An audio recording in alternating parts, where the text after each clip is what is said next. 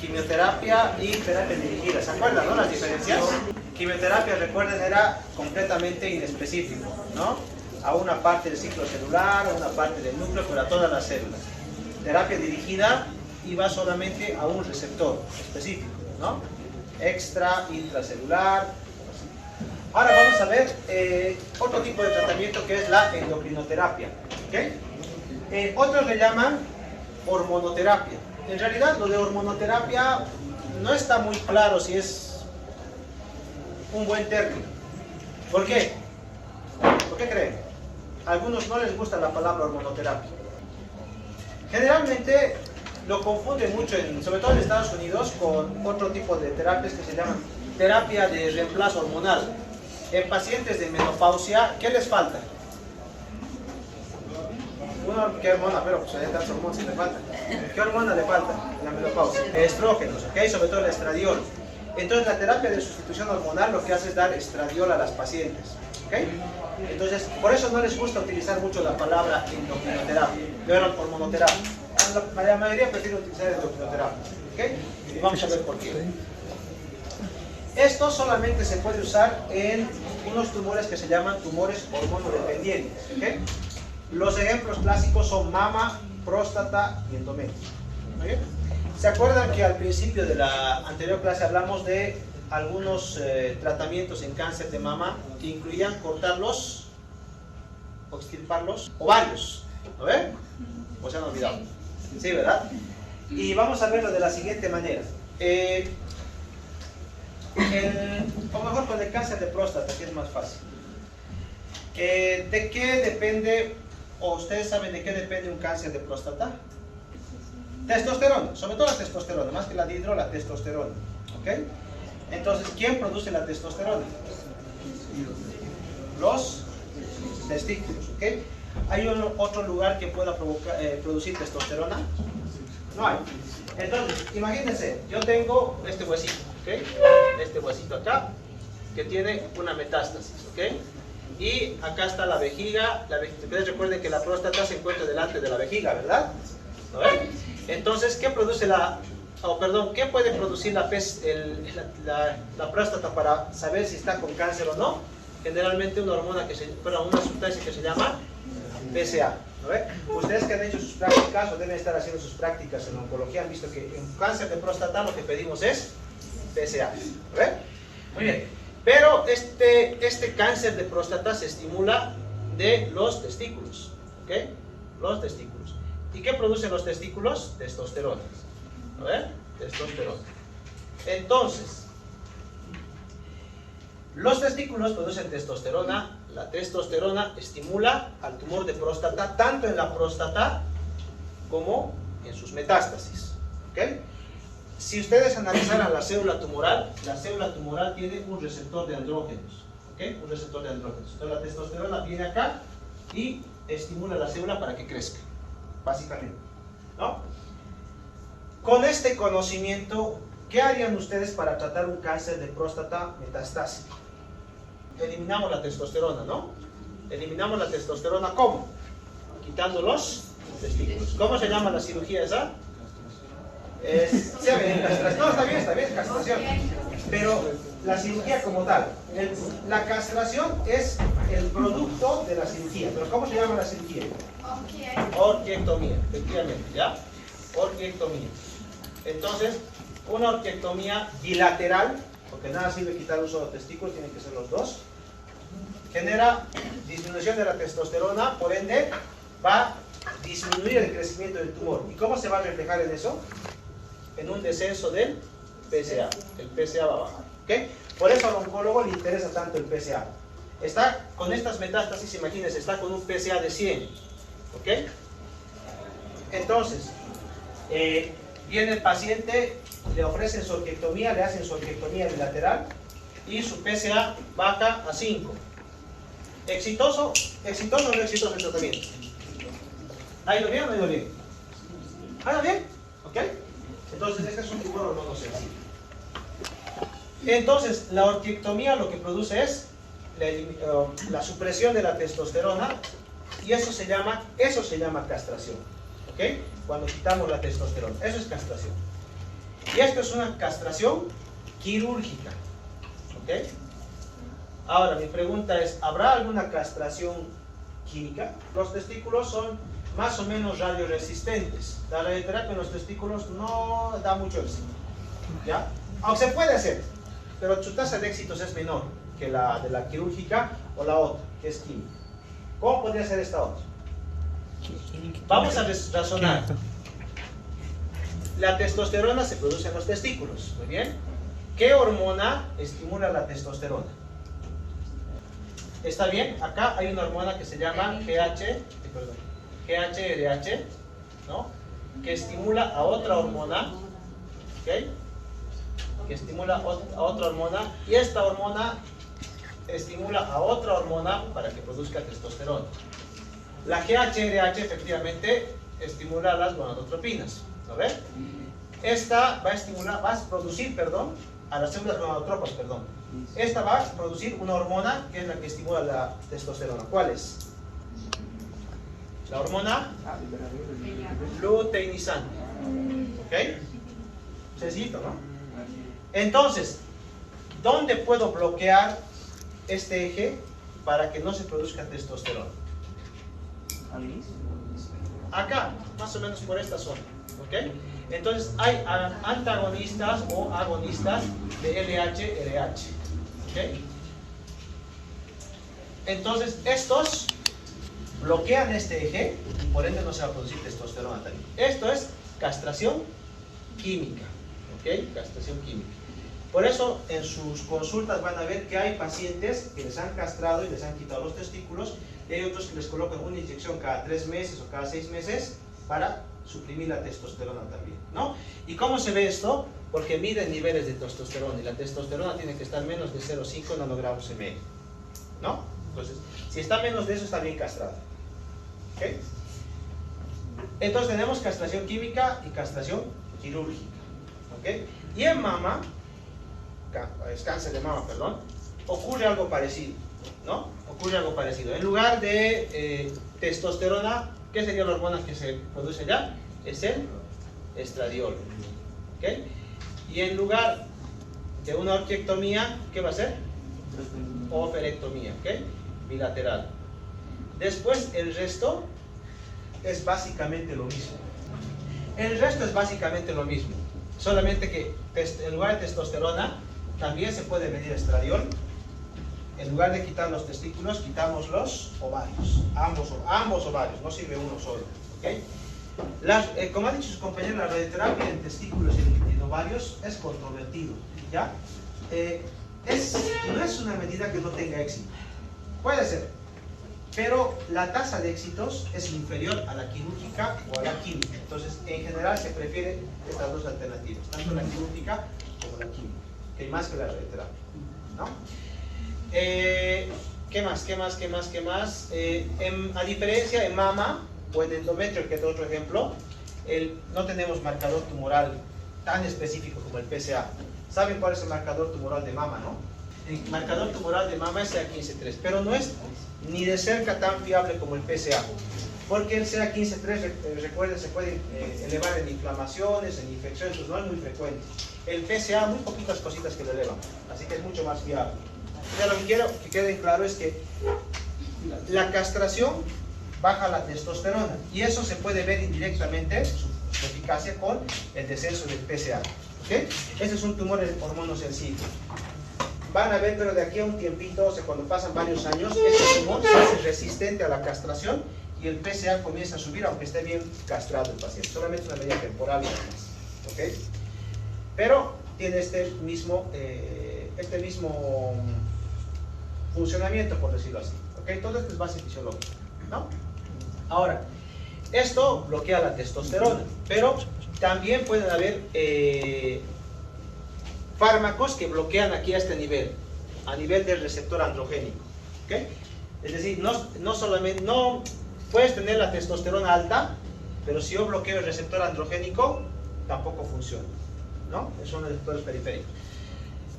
Pero en general en próstata, sobre todo en próstata, prefieren el bloqueo a nivel de testosterona, es decir, bloquear a nivel central o químicamente que receptor periférico. No es muy fiable utilizarlo solo. ¿Okay? Y vamos a verlo con un ejemplo después, ¿no? Entonces, con esto, por eso decimos que generalmente próstata está relacionado con estrógenos, y mama y endometrio están relacionados con estrógenos, ¿ok? Con los estrógenos fundamentalmente. Ahora, la pregunta es, ¿hay otro órgano que produzca testosterona? En general no, fuera de los testículos. ¿Hay otro órgano que produzca estradiol fuera de los ovarios? Generalmente no, ¿ok? Pero hay otros tejidos que pueden producir sustancias parecidas a los andrógenos y los estrógenos. ¿Saben cuáles son? ¿Se acuerdan ustedes en la vía del colesterol en fisiología? ¿Se acuerdan que sacaban, ¿no?, testosterona, y después había los compuestos que eran similares a la testosterona? Se me ha ido ahorita el nombre. Igual compuestos similares a los de los estrógenos. ¿Se acuerdan? ¿Dónde podían producirse? En la vía del cortisol. Suprarrenales. ¿Okay? Las glándulas suprarrenales pueden producir sustancias similares a los estrógenos o a la testosterona. ¿Okay? Y eso también puede influir en el receptor. Entonces, ahora la pregunta es, ¿puedo vivir sin suprarrenales? No. El tejido adiposo también puede producir sustancias parecidas, ¿okay?, por la vía del colesterol. Pero lo mismo, no podemos quitar toda la grasa que tenemos, ¿no ve? Entonces, por eso ahí utilizamos los bloqueadores del receptor androgénico o estrogénico, ¿no? Entonces, aquí vemos, por ejemplo, que estas hormonas, la testosterona, se une a estos, al receptor estrogénico y al receptor androgénico, ¿no? Lo mismo, factores de transcripción. Este es un ejemplo, por ejemplo, en mama. Mama es uno de los tumores que más depende de los estrógenos, una buena parte de ellos. ¿Cuánto se expresa, por ejemplo, en un cáncer de mama? Se puede expresar entre un 70% el receptor estrogénico y el receptor de progesterona en un 40%, ¿no? Y hay un porcentaje que son, por ejemplo, un 30% que no tiene ninguno de estos receptores, ¿no? ¿Cuán importante es? Cuando tienes el receptor estrogénico, miren, pueden alcanzar respuestas entre el 80 y un 30%. O sea, quiere decir que, se los voy a poner así más o menos un poquito más a nuestro que queremos en la materia. Si yo tengo un cáncer de mama con receptores de estrógeno positivo, yo le puedo dar un bloqueador, ¿no?, del estradiol, y me puede responder solamente con eso entre un 30 a un 80% de los pacientes, sin quimioterapia. Sin quimioterapia. Si tuviera dos tipos de receptor, me responde hasta en un 80%. Si tiene solamente uno, 30 aproximadamente. Es decir, son tumores generalmente hormonosensibles, ¿no? Mientras más receptores de estrógenos y progesterona tengan, más responde a este tipo de tratamientos, ¿no? Esto es mama y el endometrio. Después les voy a contar alguna historia para que se les quede claro. Como hemos dicho, ¿cómo podemos bloquear a este sistema hormonal? Suprimiendo la hormona a nivel central o a nivel periférico, o bloqueando los receptores, cualquiera de las dos formas, ¿ok? En los estrógenos, como hemos dicho, oferectomía, y hay estos que no les he mencionado que son inhibidores de la aromatasa. Los inhibidores de la aromatasa actúan directamente en los ovarios, ¿no? Imagínense que aquí está el ovario. Entonces, al ovario lo suprime de manera directa para que no produzca estradiol, ¿okay? Los inhibidores de la aromatasa. Lo utilizamos solamente en posmenopausia. Y en andrógenos solamente tenemos la orquiectomía, ¿okay? Bloqueo de los receptores antiestrogénicos es el tamoxifeno, y antiandrógenos son los no esteroideos, ¿okay? Ahora, en la actualidad, es el acetato de ciproterona, por ejemplo, que son los esteroides. Ya no se utiliza, se ha visto que es poco efectivo, ¿ya? Entonces generalmente se utiliza la flutamida, y mejor que esta, no sé si alguien ha escuchado la palabra bicalutamida, ¿no? Bicalutamida. Bicalutamida es otro antiandrógeno que es mucho más potente que estos dos incluso, ¿no? Que es donde más se utiliza, si quieres utilizarlo. ¿Qué podemos tener, digamos, con esta paciente? Pues tiene mejor tolerancia que la quimioterapia. Se tolera con algunos efectos adversos que hay que ver. Por ejemplo, fenómenos tromboembólicos, que eso no hay en la quimioterapia en general, pero sí en estos tipos de tratamientos. Pueden elevar, por ejemplo, el riesgo de otro tipo de cánceres. El tamoxifeno en cáncer de mama puede provocar cáncer de endometrio, curiosamente, ¿ya? Aparentemente por un sistema de juego hormonal. Pero es tan baja la frecuencia de estos cánceres de endometrio que generalmente se le advierte a la paciente solamente. Tiene metrorragia normal, pues hay que ir con el ginecólogo, pero el beneficio en mama es mucho mayor que su riesgo, ¿no? Y en algunas, por ejemplo, en varones, obviamente si se eleva la testosterona, pues puede haber impotencia, ¿no? Problemas de índole sexual. Entonces, son efectos adversos que son diferentes a la quimioterapia. ¿Okay? Tumor primario, extensión lesional, ¿qué características podemos basarnos en esto? Y potenciales efectos adversos. Antes de proseguir, ahora sí les voy a contar el ejemplo real de una paciente que tengo y que pues les va a servir para que ustedes puedan entender esto.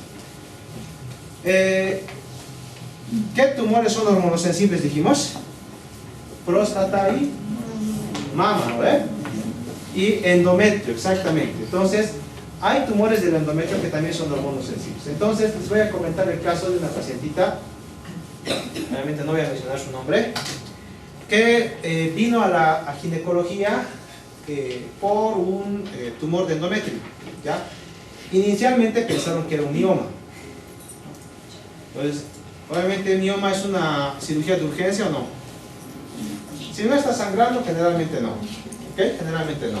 Entonces, pues vieron en la ecografía transvaginal, aquí estaba su útero, aquí estaban sus ovarios, y aquí encontraban la lesión, ¿no? Que aparentemente por eco transvaginal era un mioma. Entonces le dijeron, pues hay que hacer una histerectomía simple, ¿ok? Papá. Y vamos a ver qué nos resulta. Pues lamentablemente, época de la pandemia, ustedes saben qué ha pasado, ¿no? Consultas suspendidas, retrasadas, todo lo demás.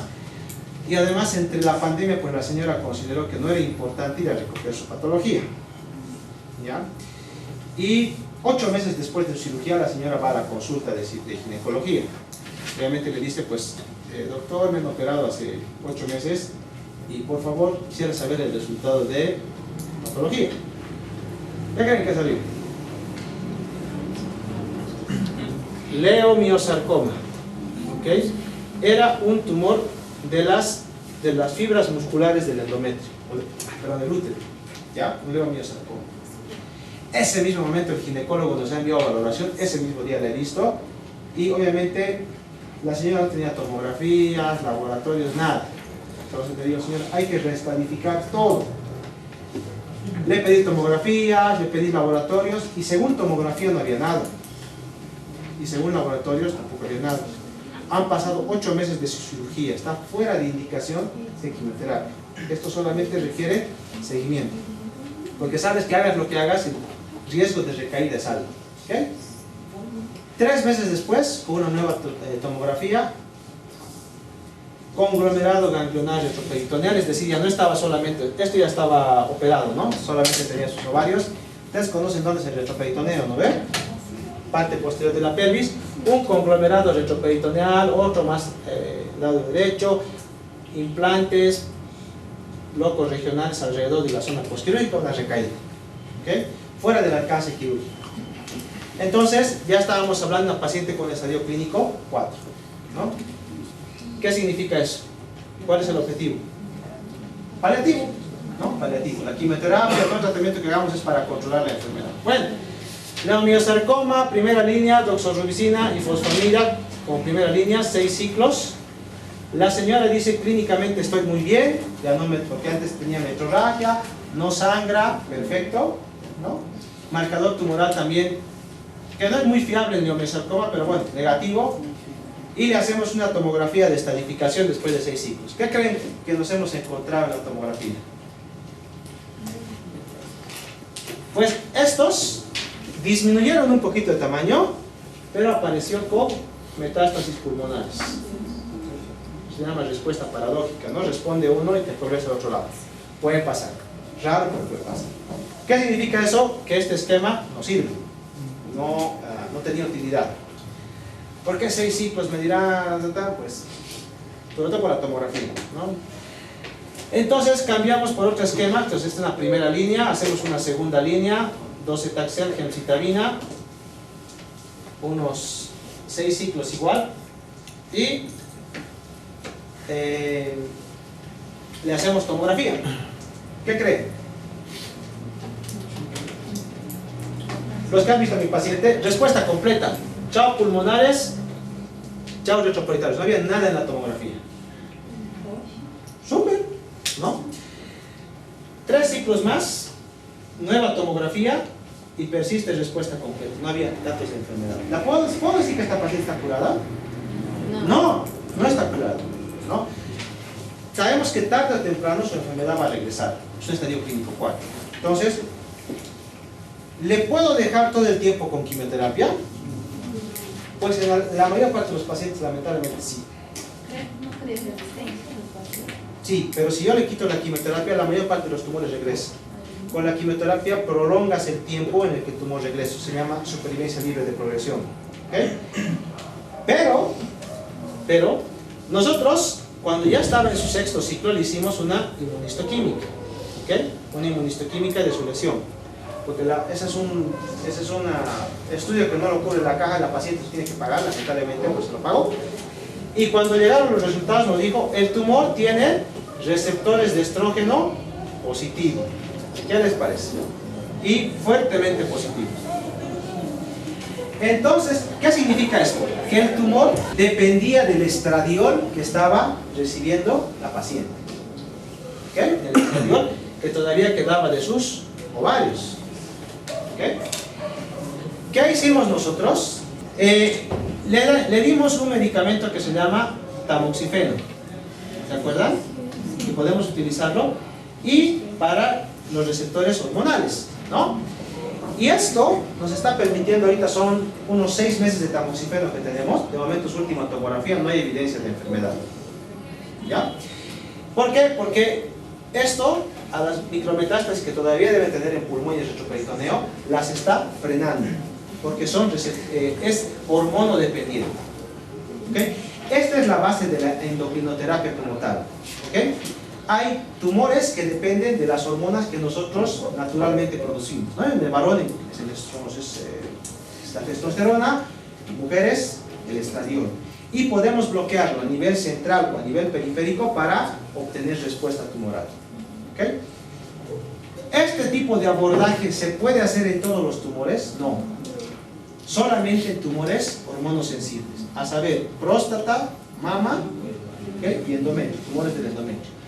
Alguno, muy raro, te puede salir hormonosensible, puedes intentar, pero la mayor parte fuera de estos 3 no siempre suele responder muy bien. ¿Ok? Y obviamente, este tipo de tratamientos no te hacen caer el pelo, no producen náuseas ni vómitos, no te producen neurotoxicidad, o sea, se tolera mucho mejor que la quimioterapia. Pero tiene otros efectos adversos diferentes, por ejemplo el tamoxifeno se ha visto que puede provocar formación de coágulos en el sistema venoso profundo, una TBP, un TEP, rara vez una cardiopatía isquémica, pero puede producirlo. Pero es tan bajito el número de pacientes que a la inmensa mayoría no le pasa nada, ¿no? Si quieres utilizar otro inhibidor, por ejemplo, que son los inhibidores de aromatasa, tienen osteoporosis, hiperlipemia, tienen sofocos, en fin, otro tipo de dolores osteoarticulares, otro tipo de síntomas, diferentes de la quimioterapia. ¿Cómo escojo mi paciente? Yo les decía, por todo esto, si yo tuviera una enfermedad extensa, generalmente no utilizo hormonoterapia o la endocrinoterapia, porque la endocrinoterapia tiene un efecto lento, ¿no? Tarda tiempo en hacer efecto. Entonces, si la señora se está ahogando con sus metástasis pulmonares, ¿qué voy a preferir? Quimioterapia, que es más rápido. Ya, pero su respuesta es más rápida. Ahora, por ejemplo, si mi paciente tiene 80 años con un cáncer de mama metastásico, la señora no se mueve, está en silla de ruedas, tiene metástasis óseas, ¿le daré quimioterapia? No, generalmente le voy a dar endocrinoterapia si su tumor es hormonosensible, ¿no? Características del paciente lo mismo y riesgo-beneficio. Si por ejemplo tengo una paciente con cáncer, imagínense un cáncer de endometrio con metástasis óseas, lo mismo, 90 y pico años, es hormonosensible. ¿Cuál es mi objetivo?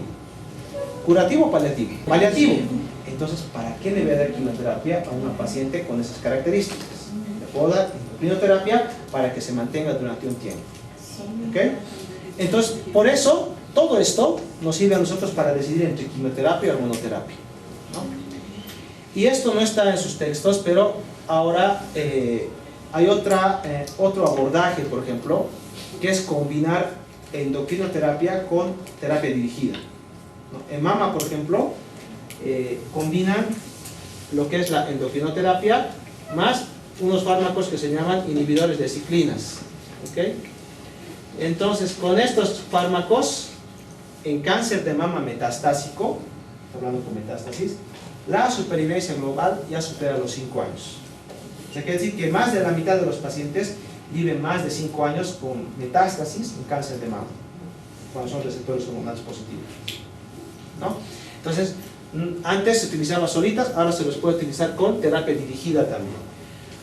No, preferimos no utilizarlos junto con quimioterapia porque es más tóxico y se ha visto que a largo plazo las respuestas son prácticamente las mismas, ¿okay? O la supervivencia misma, ¿no? Y bueno, es otra alternativa más que tenemos, ¿no? Recuerden, próstata, endometrio, mama, ¿okay?